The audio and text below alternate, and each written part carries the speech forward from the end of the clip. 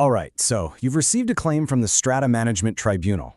Let's be real, that is a stressful piece of paper to hold in your hand. But don't worry. Today, we're going to walk through the official rulebook, Regulation 10, and turn this confusing legal step into a simple, straightforward plan.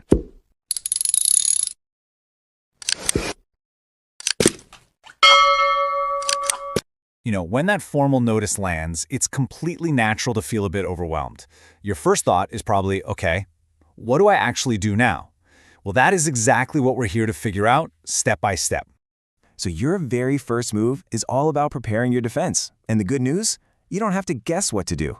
There's a really specific process laid out in the regulations, and we're about to dive into every single part of it. Look, nobody enjoys being on the receiving end of a formal claim. It could feel like you're totally lost in this tangled legal mess. But the regulations? They're actually designed to be a clear path forward. Our job today is to really understand that path so you can walk it with confidence. Okay, let's get specific. Right now, your entire response, your whole strategy, it really boils down to one single, incredibly important document. This form is how you officially talk back to the tribunal.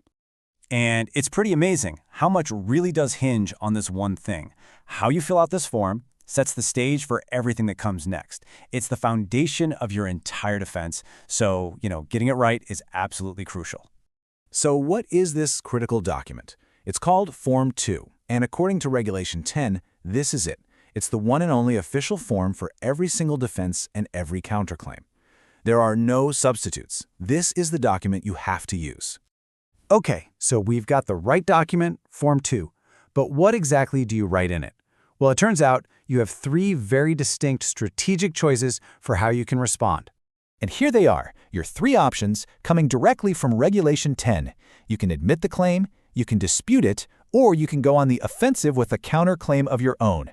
Let's quickly break down what each of these really means. First up, you can simply admit the claim.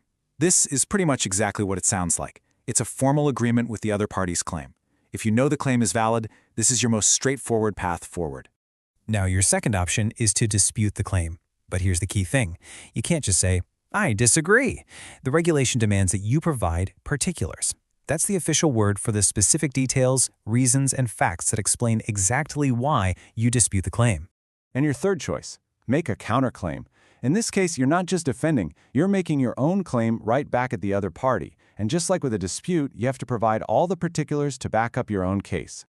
All right, let's cover a small but vital detail that is so easy to overlook, actually signing the form. I know, it seems simple, but the rules are very specific, and how you sign depends entirely on who you are. The regulation is super specific here. If you're an individual, you just need to sign it or provide a thumbprint. Easy. But, and this is a big but, if the respondent is a corporation, there are three requirements. It has to be signed by an authorized person, their full name must be printed, and it has to be stamped with the company's official seal. You can't miss a step. So before you file anything, it's time to get all your ducks in a row. Let's pull everything we've talked about together into one final checklist to make sure your defense is absolutely ready to go. Here it is, your final check. First, are you using the official Form 2? Second, have you picked your strategy, admit, dispute, or counterclaim? Third, and this one is so important, have you included all the necessary particulars? And finally, have you signed or stamped it correctly for your status? And that's really it. You now have a clear guide to Regulation 10 and a solid framework for your response.